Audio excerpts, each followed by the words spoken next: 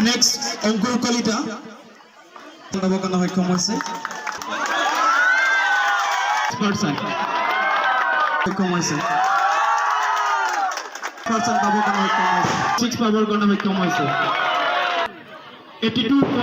tabakan na haikom hoise. 82. Next, Zintu Kalita. 72.2% tabakan na haikom hoise. Next. मुङा थरायना दैमुस्रि बर' आं थाखो जियाव फरायो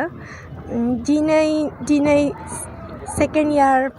फाइनाल एग्जामनि रिजाल्ट होदोंमोन बेयाव जोंनि इउएन एकाडेमि खैराबारिनिफ्राय फार्स्ट बेच माने आब'मोना होदोंमोन जों दिनै जोबोद रंजाखांनाय मोन्दों बेबायदि रिजाल्टखौ मोननानै जोंनि स्कुलनिफ्राय सासे आब'आ 89.6% लानानै मोजाङै मोजां उथ्रिनो हादों जों जोबोद गोजोननाय मोन्दों आरो जाहाथे जोंबो इयुनाव बिदिनो पास खालामनो हायो बिसोरनि साय साबसिन जों बेखौनो मिजिंथियो बेनि थाखायनो जों नाजागोन बेसेबां पार्सेन्ट लाखो आंनिया 84.4%। ओमफ्राय नोङो बिदि टाइम टेबल बानायना लादोंमोन मा फरायदों बेबायदि आंनिया टाइम टेबल गोदोनिफ्रायनो गैखाया जि समाव मोनो बेखौनो फरायदों ओमफ्राय नोंनि बबे आयदायाव माने लेखा मा मोन्दों आं इंलिस आरो इडुकेसनखौ गारनानै बे मोनब्रै साबजेक्टआव मोन्दों ओमफ्राय दायो बबेयाव मा आयदायाव फरायगोन सानदों आं मेजरखौ जुग्राफियाव लागोन सानदों बबेयाव कलेजखौ बिदिनो सानथ'नाय जायाखै ओमफ्राय बै उन्दै नोंनि दुइसिनफोरनिसिम मा होनना सुबुरुन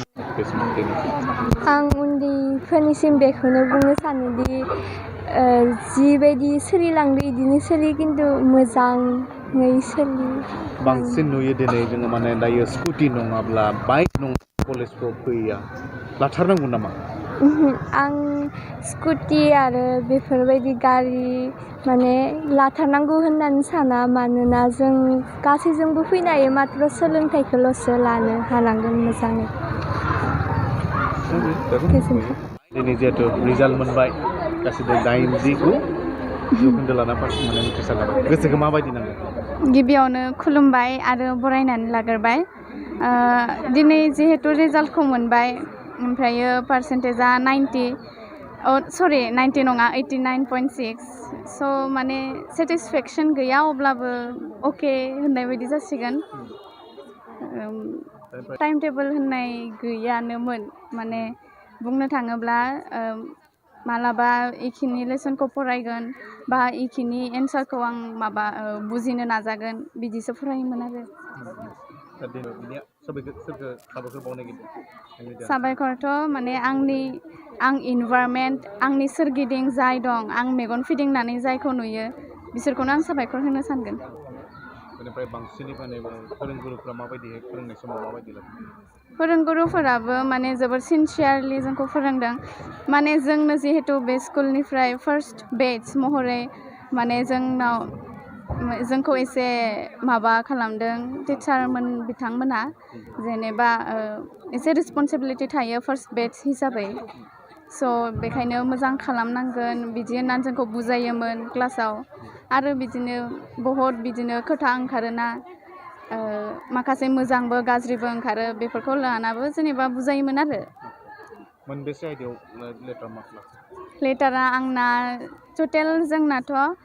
6टा साबजेक्ट जायो 6टानिनो मोननै कर एमआइएलजों ओमफ्राय इंलिसजों कर साबजेक्ट स' आंना लेटारा इंलिसाव थायासै बाखि बे साबजेक्टआव थाजोबदों ओमफ्रायो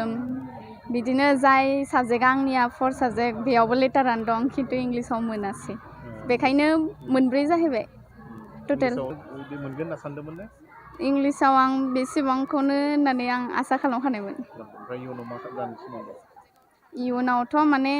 जेनेबा माबा मोनसे नङा मोनसे मावथारनानै बुहुमाव गावखौनो सिनायथि होनाय आरो सासे मोजां सुबुं महरै आरो बयखौबो जाहाथे हेल्प खालामनो हेफाजाब खालामनो हायो बिदिनो जाहैगोन आरो बबे माने कलेजाव मुं थिसननो सानदों बेखौ आं दा सानथ'वाखै मोजाङै आंनि मुङा कनक बर' दिनै जों बिथांमोननि रिजाल्टखौ मोननानै जोबोद गोजोननाय मोन्दों बिथांमोना जोंनि खैराबारि सिनियर सेकेन्डारि इउएन एकाडेमियाव गिबि बेट्समोन फाइनाल एग्जाम ओइचएस फाइनाल होग्राया दा बिथांमोननि रिजाल्टखौ दिनै खोनानानै जों जोबोद गोजोनदों बिथांमोना इंलिस मिडियामाव एग्जाम लिरनानैनो बेखिनि पारसेन्टखौ दिखांनो हादोंबा जोंना देग्लाय बर' मिडियाम जादों बिनि थाखाय जोंबो गोबां नाजागोन गोबां बिसोरनिख्रुइ साबसिन हामसिन खालामनो नाजागोन नाजानाया बेखिनिया जोंनाव थागोन दायो जों बेबादिनो बिथांमोननि रिजाल्टनि सायाव जोङो फल' खालामनानै आवगायलांनो सानदों आरो नाय मोनदो माने जोंनि जिथु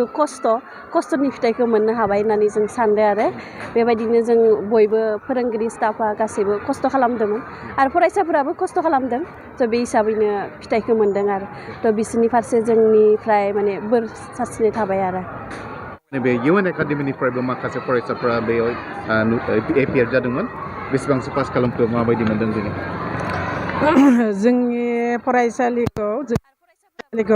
2022 मायथाइयाव जोङो गायसनदोंमोन बेयावहाय जोंनि बे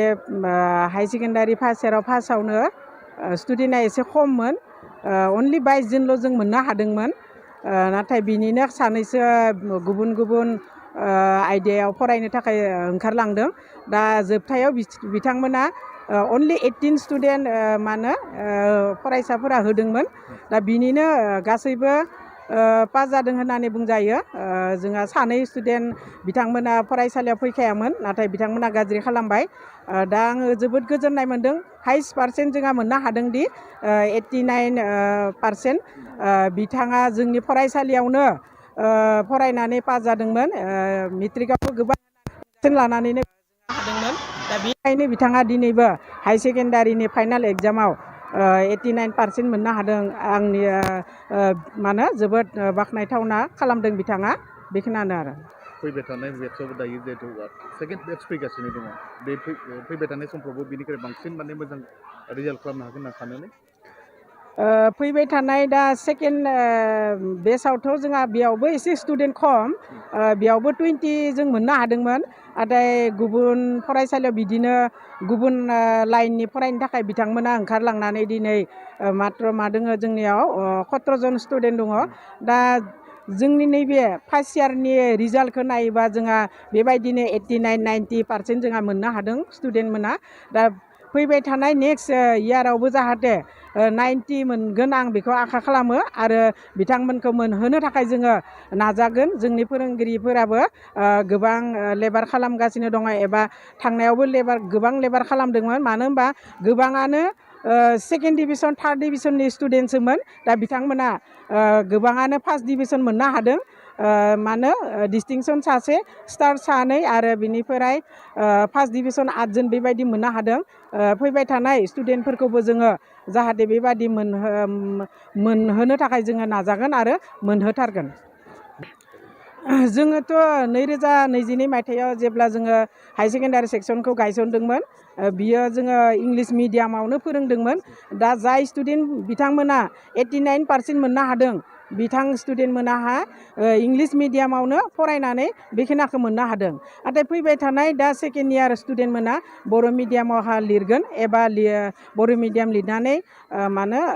फार्स्ट इयारखौ जोङो एग्जाम लिरहोबाय दा बेखायनो आङो गावखौनो गाव बुंनो हायोदि जाहाथे बर' मिडियाम लिरनानै जाहाथे माने 90नि +% मोननो हायो आं बेखौ आसा खालामो आरो बिथांमोना मोनगोनखौ आङो मानो साननो हायो आरो सिनियर सेकेंडारी स्कूल अनुभव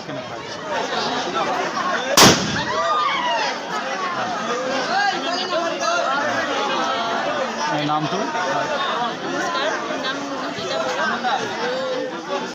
মই ব্ৰিলিয়েণ্ট চিনিয়ৰ ছেকেণ্ডাৰী স্কুলৰ পৰা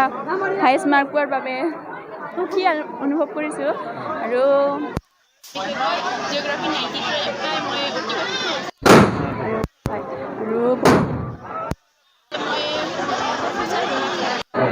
প্ৰস্তুতি কেনেকৈ চলাইছা কিমান ঘণ্টা কিমান ঘণ্টা মানে যেতিয়াই মন যায় তেতিয়াই পঢ়িছিলোঁ আৰু মানে পঢ়াৰ টাইম টেবল এনেকুৱা আছিল গধূলি ৰাতিপুৱা খুব বেছি পঢ়া নাছিলোঁ কাৰণ ঠাণ্ডাৰ বতৰ আছিল যিহেতু সোনকালে উঠিব নোৱাৰিছিলোঁ সেইকাৰণে ৰাতিলৈকে পাৰিলে 12টা 11টা তাৰ 7টা 6টা মানৰ পৰা 12টা 11টালৈকে পঢ়িছিলোঁ মাজতে গেপ আছিল বহুত মাজতে ঘুমাই গৈছিলোঁ কিন্তু মেইন কথা আছিল যে ক্লাছত আগৰ পৰাই যি শিকোৱা আছিল সেইটো মই পঢ়ি ঘৰত পঢ়াটো আছিল নিজৰ যিটো মনত থকা নাছিল ৰিভাইজ সেয়া তাৰপিছত আগৰ পৰাই পঢ়ি অহাৰ কাৰণে ভাবিছোঁ আৰু বিশেষকৈ ছাৰ বাইদেউসকলে ইমান সহায় কৰিছে তেওঁলোকক বিশেষ আৰু বহুতো শুভাকাংক্ষী আছে তেওঁলোকৰ উৎসাহ উদ্দীপনা প্ৰেৰণাৰ বলতহে আজি মই ইমানখিনি স্থান পাবলৈ সক্ষম হৈছোঁ নাম শ্ৰী সুবিদ্যা ৰাভা মই প্ৰফিট পাইছোঁ 97 আৰু বছৰো মোৰ পঢ়া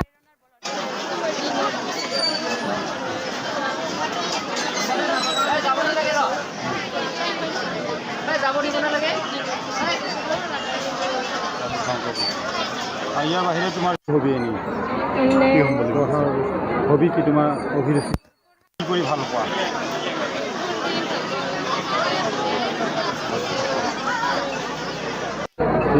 आं ब्रिलियेन्ट सिनियर सेकेन्डारि स्कुलनिफ्राय आरो आं बे कलेजाव फरायनानै